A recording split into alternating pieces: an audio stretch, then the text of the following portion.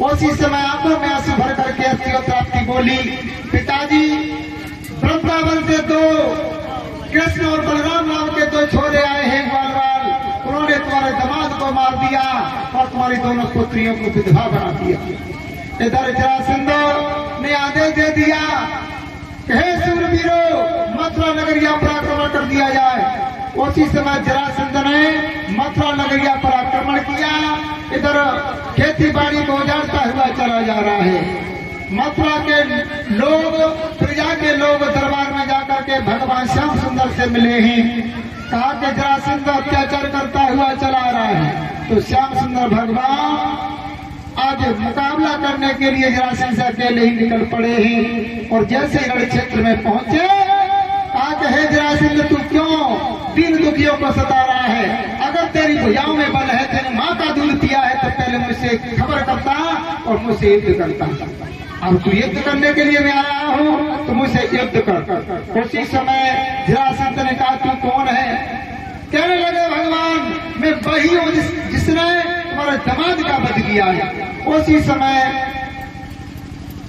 आक्रमण की आज्ञा दे दी जरासंध ने। इधर बलराम जी को मालूम पड़ा कि भगवान कन्हैया अकेले ही जरासंध से लड़ने के लिए गए हैं। तो वो भी पीछे से रथ चला करके और अपना प्रिय हथियार हल और मूसल को हाथ में लेकर के पहुंच गए रण क्षेत्र में और कहने लगे, कन्हैया तुम चिंता न करो, ये जरासंध की सेना मेरे लिए काफी है, मैं इसको झेल लूंगा। और इधर आक्रमण किया जरासंध ने। भगवान कन्हैया ने अपनी योग माया फैलाई। इधर बलराम जी ने अपना हल मूसल लिया, खोपड़ी को बसाते हैं, मूसल की ठोक लगाते हैं और खोपड़ी टूट करके चूर चूर हो जाती है। पल मात्र में बलराम जी ने जरासंध की भयानक सेना का अंत कर दिया और जरासंध को अपने रथ के पीछे बंद करके श्याम सुंदर के सामने पेश कर दिया। कहा कि इसका क्या करें? भगवान कन्हैया कहने लगे, हे भैया, अगर इस जरासंध को हमने मार दिया तो हमें राक्षसों को बार बार ढूंढना पड़ेगा, इसलिए इसको छोड़ दो, इसका अपमान कर दो, इसे चेतावनी दे दो और ये अपना अपमान का बदला हमसे लेने के लिए बार बार आएगा अपनी सेना से जाकर के राक्षसों को लेकर के, वो हम मारते जाएंगे। तो यही किया। बलराम जी ने छोड़ दिया, चेतावनी दी कि अगर मथुरा नगरिया की तरफ आप उठा के देखोगे यही परिणाम होगा।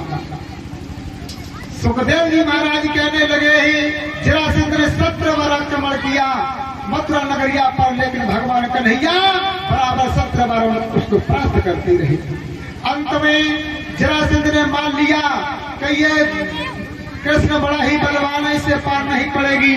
उसी समय कालियावन नाम का मलिच बुलाया, जो 3 करोड़ सेना लेकर के आज मथुरा नगरिया पर आक्रमण करने के लिए चला है।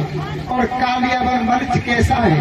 उसके शरीर से बड़ी दुर्गंध आती है। श्याम सुंदर भगवान समझ गए कि इस कालियावन से हमारी पार नहीं पड़ेगी। उसी समय विश्वकर्मा को आदेश दिया, हे विश्वकर्मा, समुद्र में जाकर टापू पर एक सुंदर नगरी का निर्माण करो। तो विश्वकर्मा ने भगवान कन्हैया के कहने के आधार पर गुजरात पोरबंदर में एक समुद्र के बीच अभी टापू पर सुंदर नगरी का निर्माण किया। उस नगरी का नाम द्वारिका रखा गया। क्या रखा गया परीक्षित महाराज? द्वारिका रखा गया।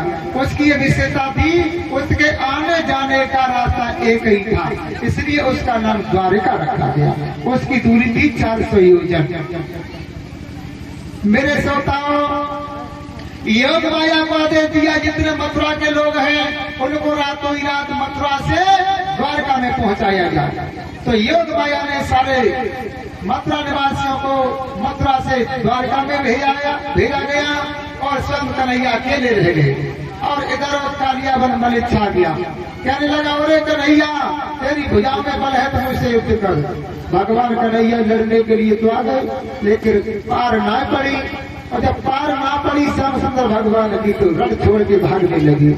और तब से भगवान कन्हैया का दूसरा नाम पड़ गया रणछोड़ भगवान। बोलिए रणछोड़ भगवान की। आज भगवान कन्हैया भागते जा रहे हैं और कालियावन आवाज लगाता जा रहा है, अरे कन्हैया रुक जा, आज मैं तुझे नहीं छोड़ूंगा। और श्याम सुंदर भगवान भागते भागते भागते भागते धौलपुर में एक गौतम पहाड़ पड़ता है। परीक्षित महाराज का ध्यान हो। धौलपुर में एक गौतम पहाड़ पड़ता है, उसकी गुफा में सतयुग से राजा मुचकुंद का लड़का सो रहा था। उसे देवराज इंद्र का वरदान मिला था, जो कोई तुझे जगाएगा कोई जल करके भस्म हो जाएगा। अब जगाए को जिसके प्राण भार में सो। सतयुग हो गया, त्रेता बीत गया और द्वापर का अंतिम चरण है। अब उससे कोई नहीं जगा रहा है, सो रहा है। तो बात उस समय की है कि एक बार देवताओं और राक्षसों में युद्ध छिड़ा। इधर देवताओं की पराजय होने जा रही थी, उसी से माता का पुत्र मुचकुंद ने देवताओं की तरफ से युद्ध किया और युद्ध करते करते राक्षसों को परास्त कर दिया। इधर देवराज इंद्र ने मुचकुंद से कहा, हे मुचकुंद, तुम हमसे वरदान मांग लो, तुमने हमारी रक्षा की है। तो कहा कि हे देवताओं, हम बड़े थक चुके हैं, हमें वरदान दो कि हमें आराम से सो ले गए, कोई हमें जगाए ना। तो इंद्र ने कहा कि जा मुचकुंद, तुम्हें कोई जगाएगा वो चल करके भस्म हो जाएगा। बोलिए गोविंद भगवान की। अब मुचकुंद उस गौतम पहाड़ की गुफा में सो रहा है सतयुग से। भगवान कन्हैया भागते चले गए और उसी गुफा में घुस गए और अपना पीतम्बर डाल दिया और एक गुफा के कोने में छुप गए और मुचकुंद भी उसी में घुसा चला गया। जैसे ही पीतम्बर डला देखा मुचकुंद पर, वो नहीं समझ पाया ये मुचकुंद है या कन्हैया है, तो जाकर के लात मारी है मुचकुंद में। और जैसे मुचकुंद की आंख खुली तो आंखों से अग्नि निकली और अग्नि में जल करके वो कालिया बन भस्म हो गया। बोलिए श्याम सुंदर भगवान की। इस तरीके से कालिया बन का उद्धार मुचकुंद के द्वारा श्याम सुंदर ने करवाया है। और गुफा के कोनों में जो छुपे थे निकल करके आ गए और मुचकुंद को चतुर्भुजी भेष में दर्शन देने लगे। मुचकुंद कहने लगा, प्रभु आप, हाँ, आपके द्वारा मेरी रक्षा हुई है।